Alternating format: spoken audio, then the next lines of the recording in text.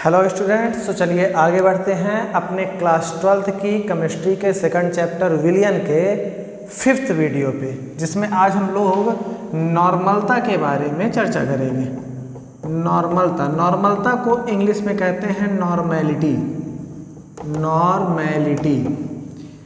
नॉर्मलता को इंग्लिश में क्या कहते हैं? नॉर्मेलिटी। नॉर्मेलिटी का जो पहला अक्षर है वो यन है, इसलिए नॉर्मलता को एन से रिप्रेजेंट करते हैं। इस बात का हमको क्या रखना है? ध्यान रखना है। तो चलिए सबसे पहले हम लोग नॉर्मलता के डिफिनीशन के बारे में समझते हैं। नॉर्मलता की डिफिनीशन क्या होती है?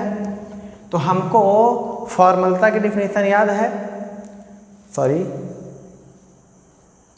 तो हमको मोलरता की डिफिनीशन याद है। यदि हमें मोलरता की डिफिनीशन याद है तो उसमें मुश्किल से 1-2 शब्दों का अंतर है और हमें उससे नॉर्मलता की डिफिनीशन मिल जाएगी।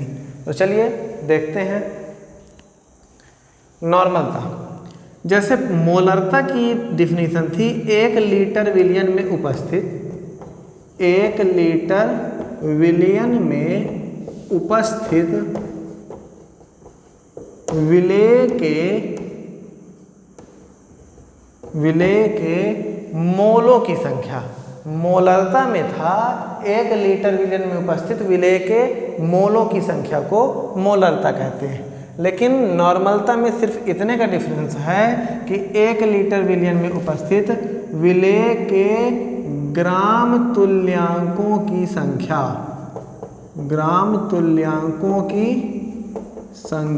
को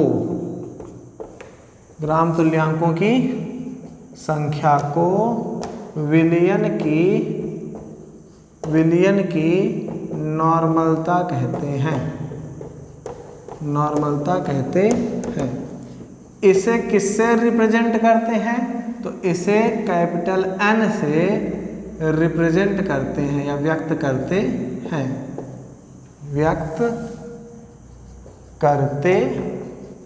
हैं। तो नॉर्मलता क्या होता है कि 1 लीटर विलियन में उपस्थित विलेय के ग्राम तुल्यांकों की संख्या को नॉर्मलता कहते हैं। इसे N से व्यक्त करते हैं। यदि इस परिभाषा के हिसाब से हम फार्मूला बनाने की कोशिश करें तो फार्मूला देखिए क्या बनेगा। नॉर्मलता बराबर, हमने आपको बताया है कि जिसके बारे में शुरुआत में बात की जाए उसको नीचे लिखना है। 1 लीटर विलियन में उपस्थित, विलियन की बात पहले की गई तो कहाँ लिखेंगे उसको? नीचे। विलियन, अच्छा 1 लीटर ना, लीटर में क्या होता है? हमने बताया कि लीटर में क्या होता है? आयतन होता है। तो विलियन किस में है? लीटर में है, तो लीटर आयतन होता है, इसलिए लिखेंगे विलियन का आयतन किस में? लीटर में। तो 1 लीटर विलियन में उपस्थित किसकी संख्या? विलेय के ग्राम तुल्यांकों की संख्या को। तो ऊपर लिखेंगे विलेय के ग्राम तुल्यांकों की संख्या। तो नॉर्मलता का सूत्र हुआ विलेय के ग्राम तुल्यांकों की संख्या और बटे विलियन का आयतन। ये नॉर्मल फार्मूला हुआ डिफिनीशन के हिसाब से। लेकिन कोई भी न्यूमेरिकल लगाने के लिए इतने फार्मूले से काम नहीं चलता है, तो हमें एक नया फार्मूला बनाना पड़ता है नॉर्मलता का ही, जिसमें हम ग्राम तुल्यांकों की संख्या के बारे में डिस्कस करेंगे और उसमें हमें ग्राम तुल्यांकों की संख्या के बारे में लिखना पड़ेगा। ग्राम तुल्यांकों की संख्या होती क्या है? तो चलिए देखते हैं। हम आप लोग को साइड में बताते हैं कि ग्राम तुल्यांकों की संख्या का मतलब क्या है। ग्राम तुल्यांकों की संख्या का मतलब होता है, पूरा अच्छे से हमको एक एक अक्षर को समझना है कि ग्राम तुल्यांकों की संख्या का मतलब होता है, अच्छा उसमें जो था मोलरता में वहाँ मोलों की संख्या था, और मोलों की संख्या का मतलब था भार बटे अणुभार। और ग्राम तुल्यांकों की संख्या का मतलब होता है भार बटे तुल्यांकी भार। अच्छा, भार बटे अणुभार जब होता था तो भार तो हमको क्वेश्चन में दिया रहता था, विलेय का भार, विलियन का भार जो भी है तो भार हमें दिया रहता था ग्राम किलोग्राम, जिसमें भी दिया होना होता है तो वो दिया रहता था। लेकिन अणुभार जो था, तो अणुभार हम लोगों ने निकालना सीखा था। कैसे निकालते थे अणुभार? सभी जिस यौगिक का अणुभार निकालना होता था, उस यौगिक में जो जो तत्व होते थे, उन सभी तत्वों के परमाणु भारों को क्या कर दिया जाता था? जोड़ दिया जाता था। यहाँ पे तुल्यांकी भार उससे अलग है, अणुभार से थोड़ा अलग है। क्या थोड़ा अलग है? तो चलिए तुल्यांकी भार के बारे में जानते हैं। तुल्यांकी भार को निकालने के दो तरीके हैं। तुल्यांकी भार को निकालने के, जैसे ग्राम तुल्यांकों की संख्या में भार बटे अणु भार बटे तुल्यांकी भार होगा। हमको तुल्यांकी भार कैसे पता चले? तो तुल्यांकी भार निकालने के दो तरीके हैं। अम्ल के लिए अलग, क्षार के लिए अलग। तुल्यांकी भार अम्ल के लिए अलग निकलता है, क्षार के लिए अलग निकलता है। तो चलिए देखते हैं अम्ल के लिए तुल्यांकी भार देखते हैं। अम्ल के लिए तुल्यांकी भार का सूत्र होता है अणुभार बटे H की संख्या।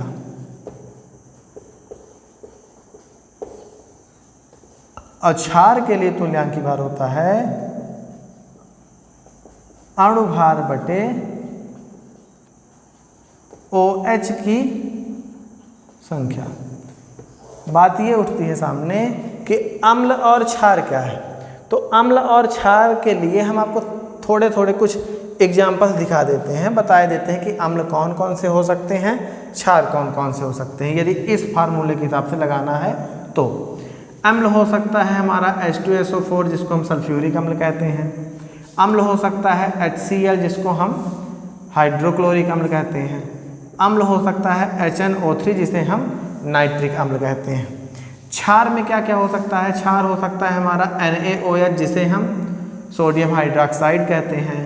हमारा क्षार हो सकता है KOH जिसे हम पोटेशियम हाइड्रोक्साइड कहते हैं। हमारा क्षार हो सकता है CaOH का होल ट्वाइस जिसको हम कैल्शियम हाइड्रोक्साइड कहते हैं।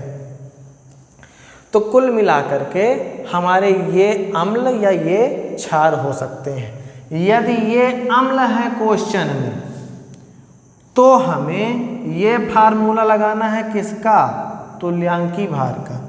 फिर तुल्यांकी भार का फार्मूला कहाँ लगाना है? ग्राम तुल्यांकों की संख्या पर। तब जाकर के कहीं हमको इसका सूत्र जो मेन वाला है वो हमें मिलेगा और हमसे सवाल लगाते बनेगा। और यदि ये है हमारे एग्जाम्पल में, तो हमको OH की संख्या निकालनी है। OH का एटो है, जैसे इसमें OH का एटो है 1 है, KOH में OH का एटो है 1 है, CaOH के होल ट्वाइस में OH का एटो है तो OH 2 है, H2SO4 में H का एटो है तो 2 है, HCl में H का एटो है तो 1 है, HNO3 में H का एटो है तो 1 है। मतलब जब अम्ल दिया रहे हमारे क्वेश्चन में तो हम इस हिसाब से तुल्यांकी भार का फार्मूला निकाल लेंगे, और क्षार दिया रहे तो इस हिसाब से तुल्यांकी भार का क्या निकाल लेंगे? फार्मूला निकाल लेंगे। तो हम लोग अम्ल और क्षार के कुछ एग्जाम्पल देख लिए। यदि ये एग्जाम्पल आएंगे तो हम जान जाएंगे कि H की संख्या कितनी है और OH की संख्या कितनी है। तो चलिए N का सूत्र निकालते हैं। विलेय के ग्राम तुल्यांकों की संख्या। ग्राम तुल्यांकों की संख्या का सूत्र क्या होता है? भार बटे तुल्यांकी भार। तो इसको हम विलेय के ग्राम तुल्यांकों की संख्या को हम क्या करेंगे? भार बटे तुल्यांकी भार। किसके? विलेय के। यहाँ सिर्फ क्या लिखा गया है? ग्राम तुल्यांकों की संख्या। ग्राम तुल्यांकों की संख्या मतलब भार बटे तुल्यांकी भार। यदि यहीं पर हम करते विलेय के ग्राम तुल्यांकों की संख्या, तो विलेय के ग्राम तुल्यांकों की संख्या क्या होगा? विलेय का भार बटे विलेय का तुल्यांकी भार गुणे। अच्छा, अब नीचे क्या बचा अपने पास? विलयन का आयतन। लीटर में ना, तो हमारा फार्मूला लगेगा विलयन का आयतन लीटर में नहीं बल्कि मिलीलीटर में। और चूँकि मिलीलीटर बदला गया तो यहाँ कितना आ जाएगा? 1000, क्योंकि 1 लीटर में कितने मिलीलीटर होते हैं? 1000 मिलीलीटर होते हैं, इसलिए यहाँ पे कितना आ गया? 1000। तो ये जो फार्मूला है नॉर्मलता का, विलेय का भार बटे विलेय का तुल्यांकी भार गुणे 1000 बटे विलयन का आयतन, यही फार्मूला लगेगा किसमें, हमारे न्यूमेरिकल्स में यही फार्मूला लगेगी और कोई फार्मूला, ये फार्मूले से उतना ज़्यादा काम नहीं होगा। हमको ये फार्मूला लगाकर क्या लगाना है, न्यूमेरिकल लगाना है। तो चलिए थोड़ा आगे देखते हैं एक एग्जाम्पल। हाँ तो चलिए देखिए, हमारे पास एक एग्जाम्पल है, एक न्यूमेरिकल है करने के लिए। तो इसे हम लोग करते हैं, नॉर्मलता निकालना है, नॉर्मलता निकालने की पूरी कोशिश करते हैं। क्या लिखा है कि NaOH के 1 लीटर विलयन में 5 ग्राम NaOH घुला है। NaOH के 1 लीटर विलयन में, मतलब विलयन किसका है, NaOH का, जिसमें घुला क्या है 5 ग्राम NaOH, मतलब NaOH विलेय है, इसलिए वो विलयन जो है वो NaOH का कहला रहा है। जैसे हम पानी में शक्कर घोल दे तो उसको हम शक्कर का विलयन कहेंगे, जो घुला है उसी का विलयन है। तो यहाँ पे क्या घुला है, NaOH घुला है, इसलिए NaOH का विलयन है। तो NaOH के 1 लीटर विलयन में 5 ग्राम NaOH घुला है। कितने ग्राम घुला है, 5 ग्राम। तो विलयन के क्या ज्ञात करना है, नॉर्मलता। तो चलिए हम लोग देख लेते हैं, पहले दिया क्या क्या है, जो चीज़ दिया है उसको हम लोग लिख लेते हैं। क्या दिया, 5 ग्राम NaOH घुला है। घुला है मतलब क्या है, पहले वीडियो में बताया जा चुका है कि विलेय है। विलेय का, ये देखिए विलेय का भार, विलेय का भार कितना, 5 ग्राम। कितना, 5 ग्राम। चलिए देखिए, तो विलेय का भार कितना, 5 ग्राम। अच्छा, NaOH के 1 लीटर विलयन में, विलयन कितना दिया है, विलयन का आयतन कितना दिया है भाई, विलयन का आयतन कितना दिया है, विलयन का आयतन दिया है कितना, 1 लीटर। अच्छा, हमारे फार्मूले में तो लीटर नहीं है, हमारे फार्मूले में क्या है, मिलीलीटर है। तो हमारा लीटर को हम काहे में बदल देते हैं, मिलीलीटर में।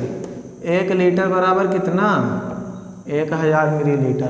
तो विलेय का भार मिल गया, विलयन का आयतन मिल गया। अब हमको क्या चाहिए, विलेय का तुल्यांकी भार। अब यही समस्या है कि तुल्यांकी भार निकालने के